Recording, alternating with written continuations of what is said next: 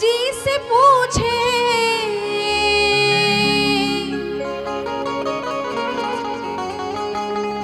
राम जी से पूछे जनकपुर के नारी बता द बबुआ,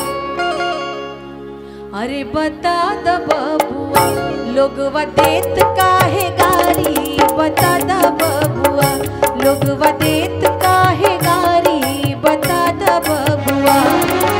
राम जी से पूछे जनकपुर के नारी बता द बबुआ, राम जी से पूछे जनकपुर के नारी बता द बबुआ, त लोगवा देत काहे गारी, बता द बबुआ लोगवा देत काहे गारी, बता द बबुआ।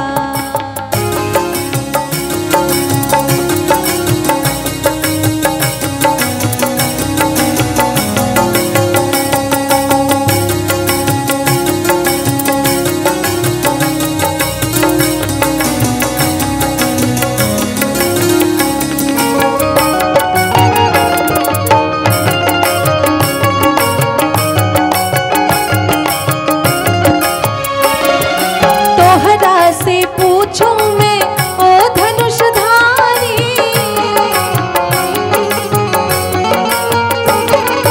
तोहरा से पूछूं मैं ओ धनुषधारी, एक भाई गौर काहे, एक भाई गौर काहे, काहे कारी बता द बबुआ, अजी एक भाई गौर काहे द एक काहे कारी, बता द बबुआ लोगवा देत काहे गारी, बता द बबुआ लोगवा देत काहे गारी, बता द बबुआ।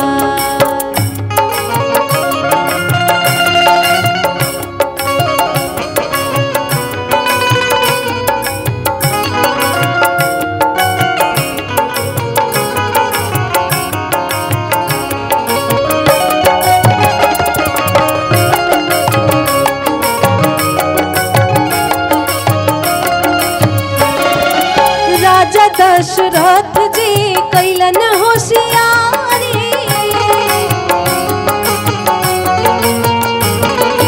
राजा दशरथ जी कैलन होशियारी, एकटा मराद पर एकटा मराद पर तीन तीन गुनारी, बता द बबुआ कि राजा दशरथ जी कैलन होशियारी, एकटा मराद पर अज तीन तीन गुनारी, बता द बबुआ लोगवा देत काहे गारी, बता द बबुआ लोगवा देत काहे गारी, बता द बबुआ।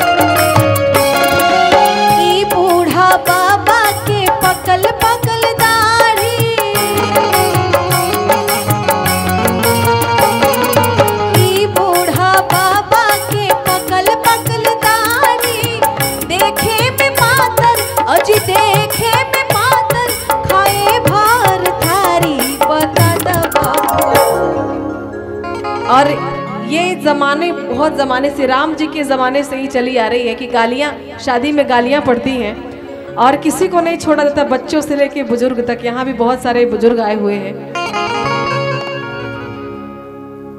कि अरे देखे में पातर अखाए भार थारी, बता द बबुआ।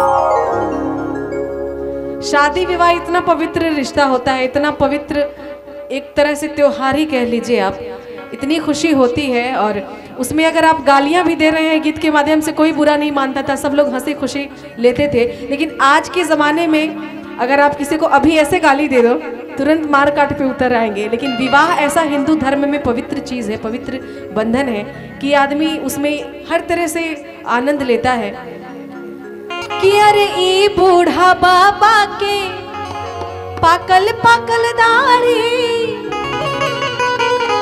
कि देखे में पातर अखाए भौर थारी, बता द बबुआ तो लोगवा देत काहे गारी, बता द बबुआ लोगवा देत काहे गारी, बता द बबुआ।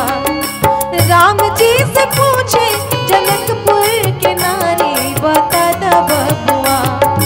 राम जी से पूछे जनकपुर के नारी, बता द बबुआ लोगवा देत काहे गारी, बता द बबुआ लोगवा देत काहे गारी, बता द बबुआ लोगवा देत काहे गारी, बता द बबुआ लोगवा देत काहे गारी, बता द बबुआ लोगवा देत काहे गारी, बता द बबुआ लोगवा देत काहे गारी, बता द बबुआ।